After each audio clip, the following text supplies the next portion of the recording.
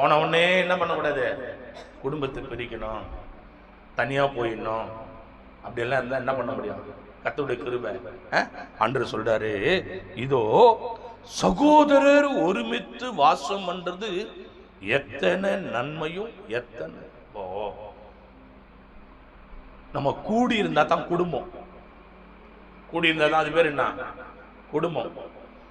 கூட்டமா இல்லைன்னு வச்சுக்க, இந்த கூட்டு குடும்பம் நடத்தாம போனதுனால தான் பிரச்சனை அதிகமாகி தனிமரம் ஆகிறோம், தனியா இருக்கிறோம். தனியா இருந்தோம்னா வேற வேற யோசனை தோணுது, தனியா இருந்தோம்னா வேற வேற எண்ணம் தோணுது.